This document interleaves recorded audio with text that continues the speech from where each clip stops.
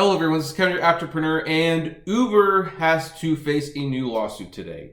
And they have to face the lawsuit and fight someone from within their own board. I'm dead serious because a investment firm member in Uber, one of the very first ones, has sued Travis Kalanick for, and I want to make sure I get this right, so I'm sorry. I know it's unprofessional to be reading news from the phone, but fraud, breach of contract, and breach of fiduciary duty. I know I flubbed that. Fiduciary duty. How do you... Whatever that is, I'm sure people will be explaining it in the comments below. Well, okay, I know what it is, but how I pronounce it. Anyway, so, yeah, and basically the lawsuit stems from the fact that Kalanick was able to regain more...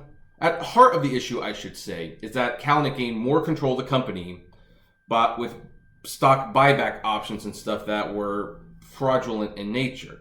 That he abused his position of power to make it so that he would gain more power to make him virtually untouchable. Now, he did resign. I don't know how much of that was forced or whether that was a moment of weakness. I'm leaning towards it was a moment of weakness that he decided he would resign and come back later. But he still holds a very, very big amount of control over Uber and is still on the board, and he has been deliberately sabotaging their search for CEO in hopes of getting back in the company. Now, someone in this article said that Kalanick had no interest in returning to the CEO position, which is probably not true whatsoever. Another person said he wants to be more like a shadow CEO, and then a third person that was quoted, and they were all quoted anonymously, say that he wants to return in full. I mean, he was the one who made the quote, "I'm Steve Jobsing it," which seems like something Kalanick would say from what little I know about the guy.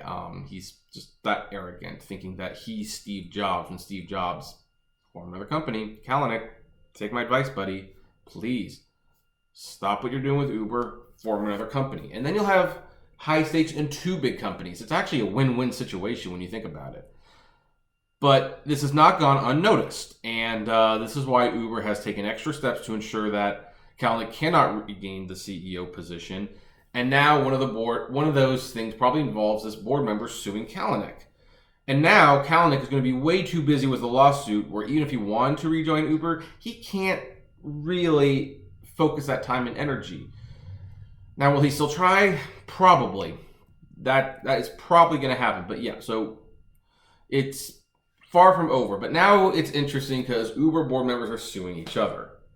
Talk about a company in disarray. I mean, if they're not careful, Didi, I'm not saying Lyft, but Didi could definitely come into the American space and cause some trouble, because a house divided cannot stand.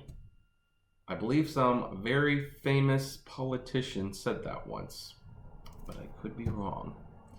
But anyway, what do you folks think? Do you think the lawsuit has merit? Do you think Kalanick will lose? Do you think he will settle? That's the thing with Uber lawsuits. No one really wants to settle. If they get, most of these lawsuits are about power. They're not about money. So I don't anticipate a settlement for anything coming anytime soon. But what do you folks think? Comment below, like, favorite, share, subscribe. If you want to try driving for Uber, there's a nice little bonus, believe it or not. You can make some extra money. Referral link is below. And as always, flame responsibly. Have a good one.